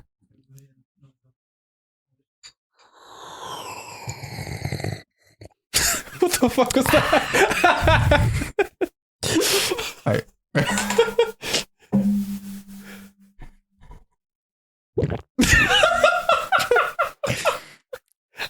Nice cold Coca-Cola. It was that Santa Claus bit. Oh, it's Coca-Cola. I'll give him this. The like. Again, I don't know what it is. It being out of a glass bottle. It just tastes. In my head, better. it tastes different. It just I tastes genuinely better. like. If you like, I think the one I hate the most is the plastic bottle. Oh, Makes me sick. Nah. Disgusting. I tolerate the cans. I taste like out of the can. I don't know. I wouldn't describe it as. Yeah. I wouldn't describe it as metallic-y, but it's just not favourable. We've decided to change the podcast into a ASMR. What's that? You don't know what ASMR is? No. What's you know that? Like people like ASMR. whisper into the microphone and things like that. ASMR. And we're like, okay. Is that like a sexy thing? Is that like trying to get people aroused? No. I feel like that's what they all do. It's not. No? What's it called then? Explain it to me. I never heard of it. I don't know what. I wouldn't be able to explain it. You can make a freaking career out of it, let me tell you that. Like, Just by whispering what they're saying? not necessarily whispering, they could just be like, It's definitely a sexual thing. excuse me, I watch these videos and it's not a sexual thing. It's very relaxing. It's like it's very relaxing. Something in the brain. Yeah. Some sounds that are just... Have you tried it, darling? Because I don't know whether you do very well at whispering. Too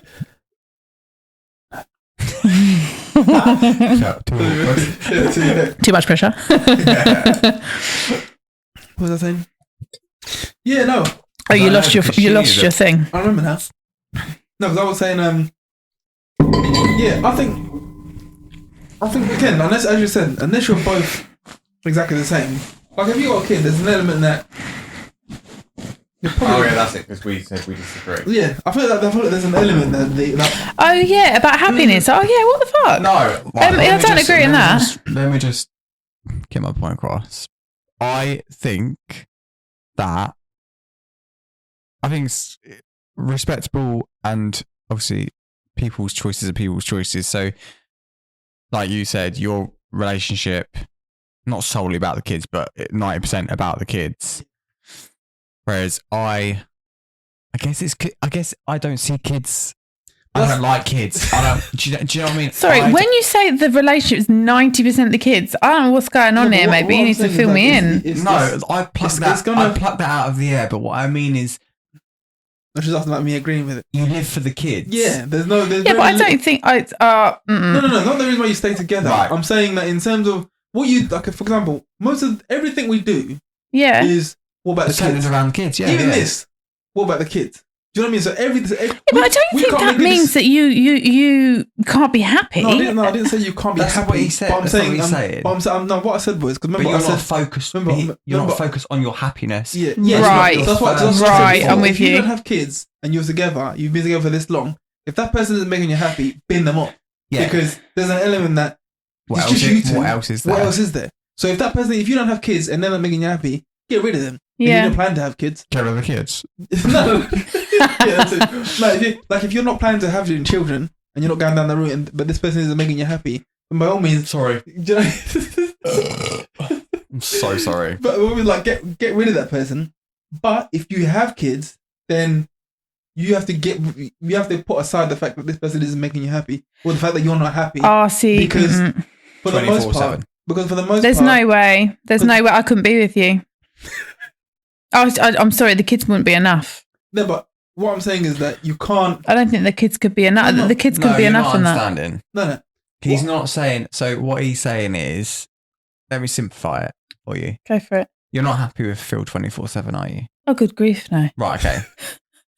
And 90% of the time, your brain is focused on the children. Yeah. I.e., tonight, children, but we have to wait for the children to be in bed. Blah, yeah. blah, blah, blah. Yeah. That's what he's saying. So your sole focus isn't him. Isn't making each other happy. Yeah. Because even if, let's say... No, but I think that's what you've just worded like sounds totally different to what you're saying. But is that what you mean? Yeah, absolutely. Because for example, you piggyback on that, mate. Let's say this, yeah. Okay, let's say like you know, one of the things that made you happy was that, I don't know, I surprised you with, I don't know, flowers. What's never happened? What did you say? Cunnilingus. Sorry. Guys, it's getting later. We're tired. It's going to turn into a shit show. Right? No, like, let's say something made you happy. Was, I don't know. Cunnilingus. I'll give you a massage every Friday. No, because your massages are never what I want. They've centered around what you want. That's a massage for you. It's a massage with a happy ending. For him. Yeah. I want a relaxing situation. No, but listen, okay, whatever it was, I can't say what makes you happy. I can't say it. Whatever it is, I can give us an example that makes you happy. Say something. From you? Just anything.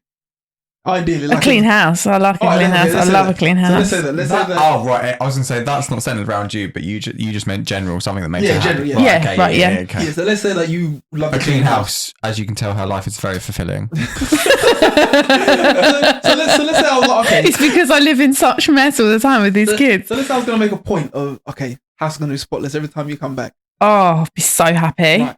Eventually. Oh, yeah, that'd be good. That's not going to happen because you might come back one day and both of them might shat themselves. And on top of that, someone's going to come at the door and you might come in and I'm knee deep in shit. So at some point, you're going to come back and not be happy because instead of having clean, there's shit. Well, no, because if you're a reasonable person, you'd just be like, well, obviously. But that's the point. He's been knee deep in shit. Okay, right. So imagine that happens once and it happens every week. Well, if it happens every week, I'll be like, you're orchestrating these kids to shit themselves. You're feeding them laxatives. That is not acceptable. You're creating. I'm calling the RSPCA. I would actually shut your operation down and say, I don't think you should be on your own with these kids. Let's say for people who had like twins or triplets.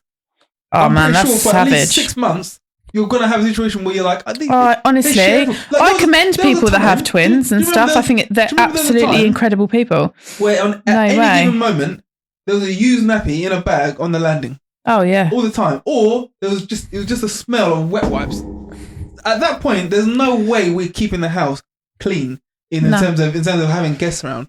So no, because if I have guests around, I'd step up my game. Right, but so therefore we just didn't have guests around. No, 100%. That's what I mean. But I'm not a hostess for the mostess, mate. At that point, that part of what makes you happy has to be sacrificed because it's not. Yeah. No, I understand. I understand that. So what I'm saying is that, but if you're, so that's what I mean when I say that, like, but I think happiness can't be the priority if you have children. No, I don't think. But I think that there has to be an element of priority to maintain the relationship because if you don't put that level of priority, effort has to be the priority, not happiness. the effort. Oh yeah. So that's what I mean. But the effort hopefully would lead on to making the other person feel because elements of happiness, right? Because they can see that you made an effort, but the finished product that they want that will make them happy, they're not gonna get. And if they never get that because you have kids, there's an element you kind of have to be okay with that, because even though I'm not able to give you what you want. Oh, you're linking this onto. I've made the effort. I know what you're linking this onto. I've made the effort to try and do that. But if you don't have kids and you're never gonna have kids, fuck you and your effort. Do the fucking thing. But what I'm saying, I'm gonna kick you in the bollocks. If you're with somebody and you, like I say, if you decided, we're not gonna have kids, whatever it is, or maybe you're a gay couple, whatever it is, and kids are not, what do you call it, a factor in the equation, then at that point, happiness can be the priority, because at that point it's just centered around the two of you. Yeah, because everything is now, it is still just about you two. Yeah. But if you have children, I'm not saying that you can never be happy, but I don't think that should be the priority, because even if you try to at your best, you're not gonna get that. And for the most part, even if we've had it before, even now we don't even plan anything. We just okay, because we know that the kids can just.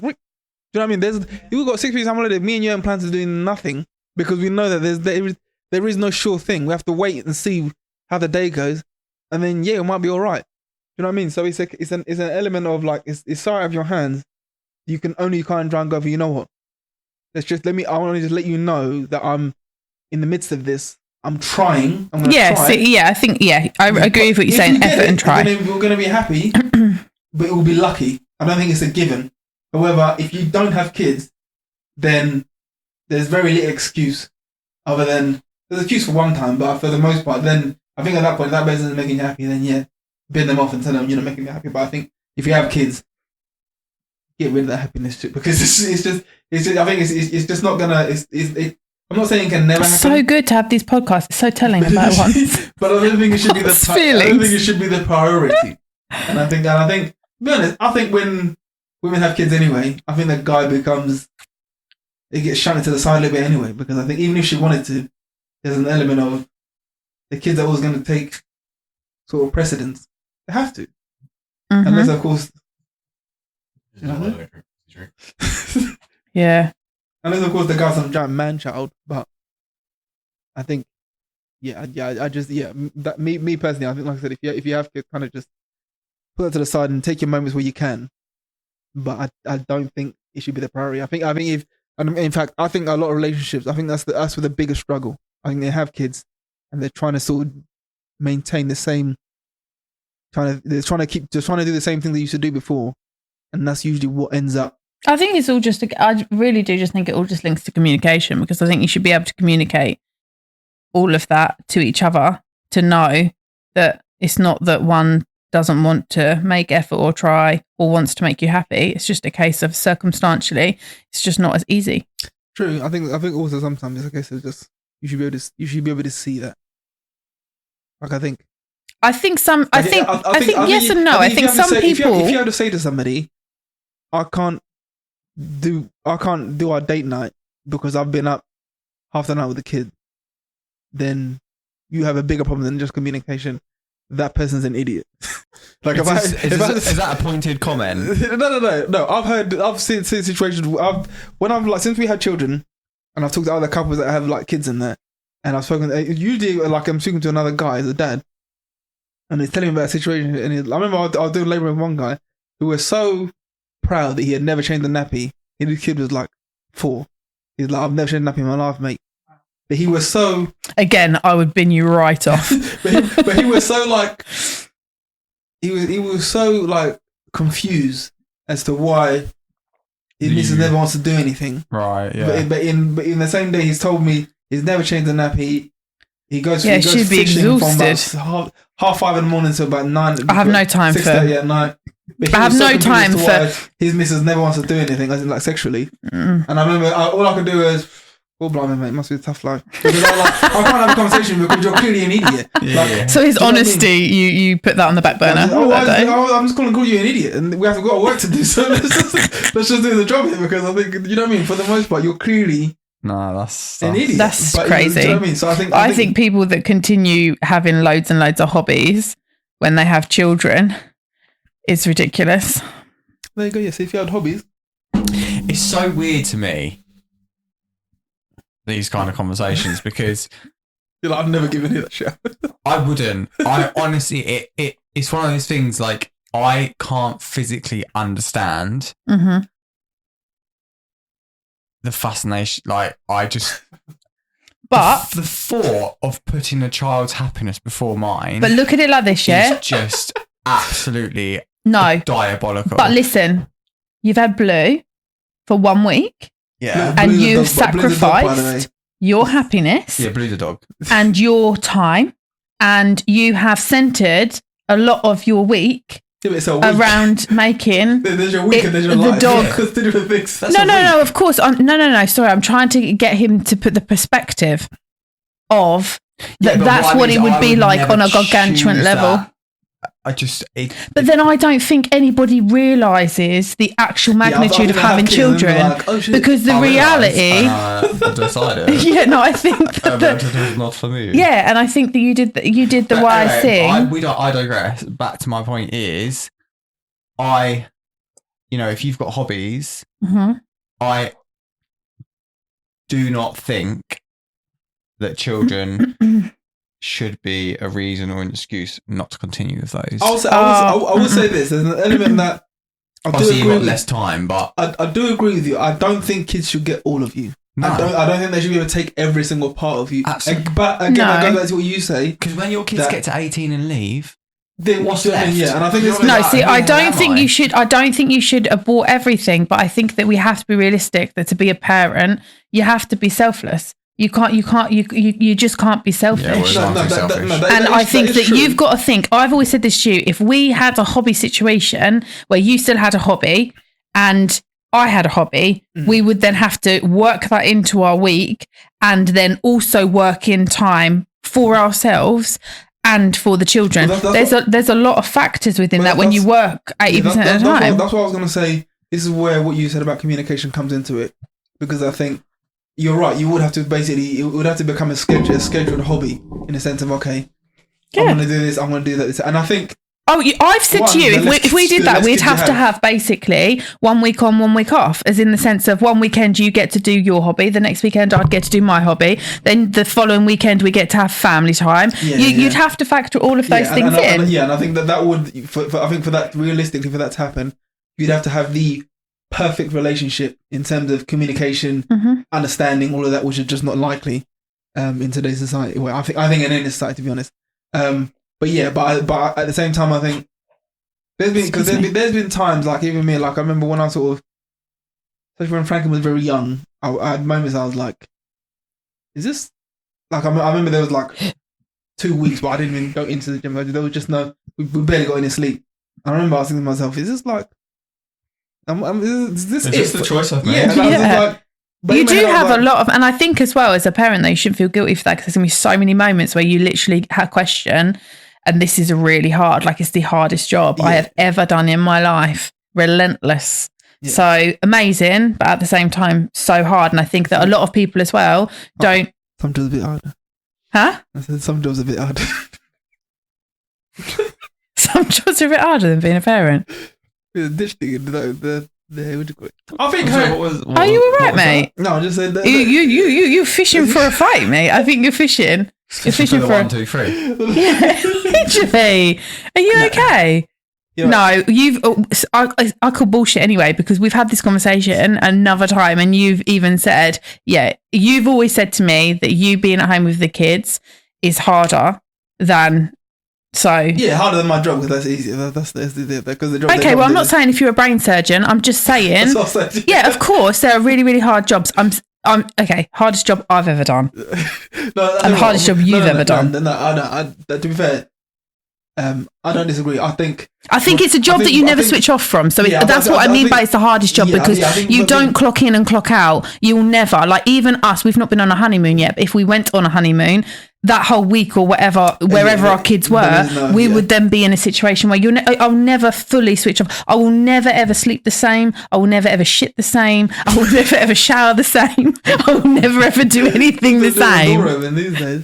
Everything. Now and then, when I go to it, every night I have to open the door and go, "You up alright?" And then sometimes I don't hear nothing, I'll be like, "Oh shit." Are you both alright? And the third time, I'm like, I'm gonna have to get off that Wi-Fi. Jesus, I mean, shit. Are you both alright? Yeah. I'm like, you fucking little pricks. But, no. So honestly, that's what I mean by it's the hardest job because you just never stop from it. Like we've said, like you just don't know these things before. To be honest, like, you just don't understand the magnitude. Funny, yeah? Even with like having kids, Laura like half mentioned the other day that maybe I'll go and let Blue out, and immediately I even gave it. In fact, I think I just looked down on the floor because I was like, in my head, I'm not. The anxiety that came around me going to engage that dog, I was just like, no. No, but then I just cared too much for Blue, and I thought I ain't putting him in any level of anxiety. I didn't even give the inkling that I was gonna. I was like, because I think she went there. To be fair, she did say before this week she did offer you, and I thought to myself. The thing is, like, she what happened was I think you went and you didn't go for the toilet. So then you were like, I was just worried about him. So I was like, that dog's gonna shit in the house. That's what's gonna happen. Like, you're gonna come up with a turd. I'm not gonna lie. All week I've been so scared because I'm laughing about sicker. I've been like so scared I'm gonna go and then he's gonna like spewed up all over. And I was thinking, I have done it once in my life. Actually, honestly, he did not. So the first time he knew, he removed himself to the kitchen, which doesn't have a carpet. Like he wasn't. Oh my god! He really? Knows what to do. He knows what to do. Every time he'd like want to go outside. Yeah, he's a very clever dog. Oh my gosh! Anyway, bless his heart. We digress again. Cut this whole thing out. Because I would definitely have left it. I'm not going to lie to you. I would have had to message you and say, "I'm really sorry, Sam, but there's sick somewhere. I can't be dealing with that." Of picking up his shit twice. He is lucky that happened. Picked it up. Oh yeah, I picked up both. Yeah, but I was really. That's one thing. It just took me a lot. Took some Dutch coverage. You should have just buried it in your garden, do you know what I mean? Like some other little fucker, yeah. I thought I can't be a hypocrite. Why are we on Blue? You're going to have to cut this out. I don't even know why we were on Blue. No, I was saying that even though we had kids, when you went on to the anxiety thing. Responsibility for about an hour. So was there another question you had? You said there was two, was there? Oh. Was there two or was it just that question? Did you not write your questions down? I did think about writing them down, man. I thought, and then you didn't, and now look, yeah. But I don't think. Classic. I think we did. I feel like you asked one question at the start, and then but I knew that we're not sharp. Essentially, it was one question that I knew we'd digress onto other things, which we have done, which is I think we've got really good content. Hour and a half. Hour and a half. Wow. But I'm trying to think. Did we round off? I would just like to say you shouldn't. Episode 5. Bring in your questions, guys. We'll answer them. I think it's I'll tell you what. Let's do final thoughts. About any final thoughts about conditional relationships? Absolutely, don't come to me first. I don't have thoughts. Like I said, me personally, she doesn't have thoughts. She's a robot. She's AI. Me personally, I think just sort of address the elephant in the room. You don't have to change, but just like I feel like people should just you know what because and I say that because I give very like simple examples of like I don't know we eat what I like, but there's some extreme examples like some people are like what, I'm gonna go and sleep. I think it's really important. People should just know they should really delve within themselves to know what they want.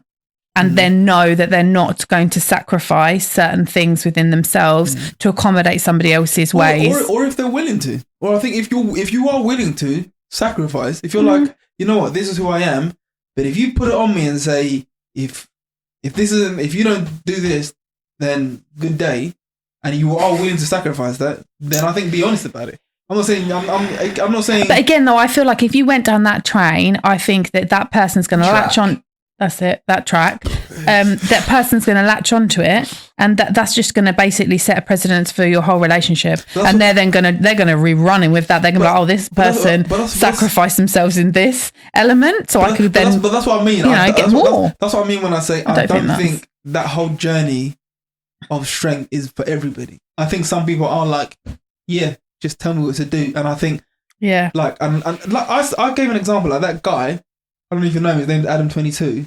We had this whole situation where he let this other porn star guy bang his missus and they recorded and did the whole scene, I think he's okay with it. I think the thing the thing that will annoy him is that the whole world knows about it, and they have a whole podcast on the show. Everywhere he goes now is, how do you feel about that? And I think that if it ever gets to him, I think it will be that. I think he himself is okay with it. Yeah. But I think, like, personally, I think the whole world knowing about it and sort of making it a joke, making it a meme, I think that is what's gonna sort of, if it does chip away at him, that will be it. Because I think even there's like when I've met people, both guys and girls, where their partners that, you know, not necessarily completely faithful, I think to some level they've got to a point where they're like, you know what, this doesn't actually bother me that much. I don't hold that much sway on sex, and I think that's another podcast as well. I was going to say, because I feel like, I just think that I have no issue with people doing what they want to do and how they want to do it. I just think it's about communication and saying what it is you want to do. So if Phil said to you, I know what the answer oh no, you know what my answer is, but I've already set my standards. I've already set my precedents of there's just no grey area on certain things, and I will make that very, very clear, because I will not fuck with that. I will not.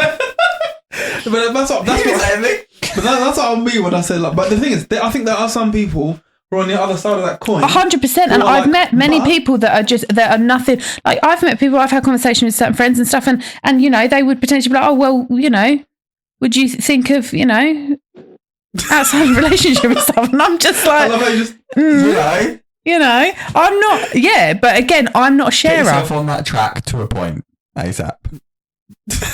Sam, I remember, it's so funny though, because you used to be if you were on that track now, mate, you were way off that track when we were younger, mate. I remember it well. But that's what I mean. Like, I think there's some people. I think if you spoke to, if you had a group of people and you asked them, I think maybe only a third of them might be like, if they did feel that way. I think in today's world, though, it's like, if you then think of, what is it, monogamy. Like, you think of today's world and how it's just not as much of a thing, is it? No. You know, and I think I honestly feel like it's more back to the society thing that we were talking about and earlier. Absolutely, monogamy is a very old-fashioned, I hate to use this word, but heteronormative thing. Mm-hmm. Don't know what that is. I don't know what that word means. What is that word? It's hard to explain, and I'm not intelligent. I can get the gist. I'm not very intelligent when it comes to these things, but obviously the whole world is based around it. Mm-hmm. Man, woman, you know, heterosexuals, that's where it's from. Yeah. Monogamy, that is just one person. So people are realising monogamy is actually not that realistic. No, and I think you're completely right. You have cravings. Yeah, and we all have desires, and we all have attraction. So I completely. So that's why it's less. I think if I was in a different circumstance, then maybe ones would think differently. But I've always been under, like, I'm not going to share him. There's nothing wrong with that. And I think that. But I think that's why I would not. I think. Not to blame my parents, but because they've been together for such a long time. Yeah. And because in my mind, behind closed doors, it might well not be, but they're very, very happy. Yeah. And they love each other a lot. So it's worked. Yeah, absolutely. They could be at swingers. And do you know what I mean? I don't know the ins and outs. And to be honest with you, if they were, more power to them. Yeah. But that's part of the reason why I've got to the stage where I don't really care about finding a relationship, because I know that. See, you were so different to that though when you were younger. See, I've not had this conversation with you. I know that's so I'm interesting. A jealous person. I'm so jealous. So I wouldn't want to share. Yeah, I can't. I'm pathetic. Because I know that in my lifestyle that's unrealistic. Yeah. A relationship just wouldn't work. And I think the way I would want it to work. Yeah, and that makes sense. So that does make sense. I like open relationships. Hell yeah. Yeah. If it works, it works. Yeah. I'm one of these kind of relationship. It works. I think though it's about we've had this conversation. I think it's one of those things that once you've opened that door into that realm, we've obviously been in a relationship where it's just been the two of us for so long. If we then opened that door, it's what changes come from that, and would we then be able to be who we are and happy as we are now? Because these things would change you, because that is going into a very different environment and a different lifestyle, which isn't necessarily bad. It's just different to what we're used to. And I think that it's very, I know I'm a very jealous person, and I just don't share.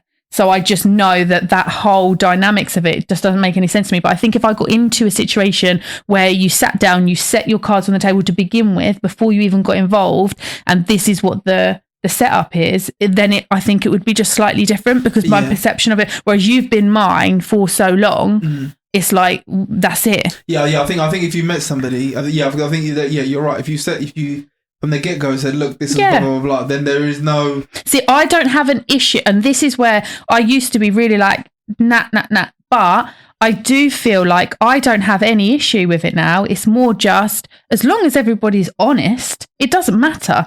I think as long as you go into it and you say, this is what I like and this is what I want to do, are you down, or are you not down? I'm like, all power to you, and enjoy yourselves and have a good time. And there's nothing, because there's nothing wrong in that. It's only wrong when there's lies and deceit and like somebody's not aware of something, and then that person's getting taken on a ride, and then potentially is going to get really, really hurt, and that breaks my heart. I just think that's awful. So I think it's them, I think it's more just, it's just honesty. And I think it's, again, about so many people understanding what they want sexually and what they feel will fulfill them. Because even hearing that from you is totally different from what it used to be when you were younger. But that's on your growth journey and where you've got to. You're like, no, actually, this would make so much more sense and actually would work better for me. But again, it's... You go on journeys, and I think even us, when you think sexually, like in 12 years, you change and you evolve and you learn more things, and you know. But I think there's so much stuff nowadays where people are really they have a lot of opinions, and there's a lot of, it's very difficult, isn't it? It's a very grey area. If all parties involved are aware, and it's out in the open, then it's fine. I think again, it's just that thing of again, it was said quite a few times, probably an episode for another day, but I think it comes back down to that sort of that self-awareness of this is like being honest with yourself in terms of who you are, and then from that point making your decision based on that point. So if it's a case of, look, okay, I know who I am as a person, so I'm gonna go and do this because I know it wouldn't logically in my lifestyle wouldn't work. I'm not gonna go for Whereas it. I think some people don't have that conversation with themselves. They go with the social norm. And then they go, and then they realise, get a wife or husband, get married, have kids, and then later on they're like, oh wait, this part of me, I'm actually really into it. And then they just do this thing where they just kind of try and live this double life. And I think people suppress so much of themselves. And I think that's the saddest thing. You should be able to be in a relationship where you can be so much of yourself. If you're able to be in a relationship where you're so much of yourself, you aren't having so much of that. You're feeling suppressed and kind of like you can't be true to yourself and what you actually feel is how you feel, I think. And that's what I mean when I say, really, in relationships, the only really two things you need is reliability and honesty. Because, as I said, we could fall out about this, that, and the other, but if I can still rely on you and you can still be honest with me, then for the most part, you can kind of salvage especially if you do have kids. Because let's say if you do go down that route of, you get people that have gone down the route of where they've, kind of ignored a certain part of their life, but they're still, and then later on it kind of comes out like, okay, I am this person. And at that point you do have kids, and then, and there are bigger, there's bigger things at stake. At that point it's going to come down to, okay, this is who I am, and it's not going to work for this relationship. However, because we have children, I still need to be able to rely on you. Not that you can take care of me, but you can take care of these kids, and vice versa. And I need you to be honest with me in terms of what it is you're doing, because our children are going to be with you at some point. So I need you to, you know what I mean? So at that point, it's a case of do what you're doing, but I need you to be honest with me that the kids are safe, or they're here, or they're there, or that you can have them. And I need you to rely on you that should anything happen to me, you're going to be able to hold it. Do you know what I mean? And I think that's why I say, don't get me wrong, I don't think you would necessarily be the most happiest, but I think you're better off sort of, I don't know, man. I've heard like I've had conversations with people about problems they've had with their partners when they have kids, and I think to myself, these are conversations that you should never be having whilst you have kids. Like it seems like you're all playing very fast and loose, and you're both acting very, very childish at a point where you should both be like, okay, jokes aside, or whatever BS we have aside, what we're going to do about these kids. And they're still kind of on that train. And I feel like, I don't know, it's just a case of, I don't think it's a place where you want to be when you have people who are depending on you, who physically cannot, depend on themselves, children. Yeah. So I think it goes back to that, like I said, that having that self-awareness about yourself, and then making your decisions based from that, rather than, as you said, the social norms of, this is what I'm supposed to do, so let me go down that route. One thing I just said, people do, like, they suppress a lot of who they are. But hopefully they hear this podcast and then decide, just, don't get me wrong, I'm pretty sure a whole bunch of relationship will just crumble immediately. But as I said, I think sometimes, I think everyone's got to remember you only get one shot at life, and you don't want to kind of. You only get one shot. I don't know what the rest of the lyrics are. Were you looking at me like I don't know what the lyrics are? So you're the songwriter. You do know. I know you do. I know you do. But no, I think that is the case. I think. But you do. You only get one shot, and you should be happy and content in your life. And I think so many people are not. And I think that I found our journey tough and hard, but I'm grateful that I'm in something where I can be reasonably fully myself. Do you know what I mean? Like, there's things that we don't necessarily agree on, and we're not completely the same. But on the back of your thought there, you should also realise and accept that the fact that you aren't going to be happy all the time in life. No. Do you know what I mean? I think people... But there's things... You only get one shot, blah, blah, blah. Yeah. So be happy. But I think a lot of people... they take that as the written rule. Like, you have to be happy.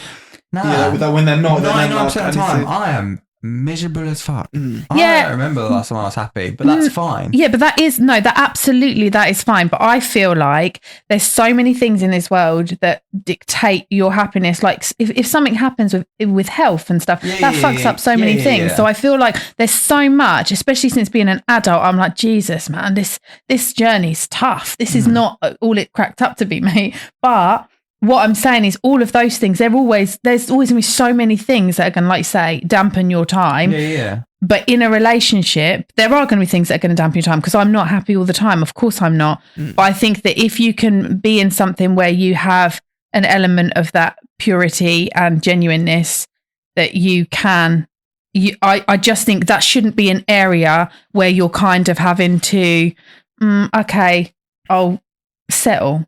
Because then I think then what's happening is I don't know. I'm such a vocal person, and I suppose I'm probably too vocal, but I just can't live life like that, because I'm too honest. So that stresses me out. So I suppose because of that, I'd be just constantly, this, I'm not happy, I feel this way, or I'd probably just leave. But again, I think that I've lost it, mate. So I went on way too much, and it's gone. Got the gist, mate. Yeah. Well, you only get one shot. I not get the gist. Oh, fuck you, man. There was a gist, man. There was a gist. For the cover, we just take a picture of what? No, just for the cover of the pout and a thing. That's it. That's what you get from me. I'm gonna take it where we're sitting now. Just basically, so when I upload the episode, it will have like a. Should just do a selfie. No, just do your logo.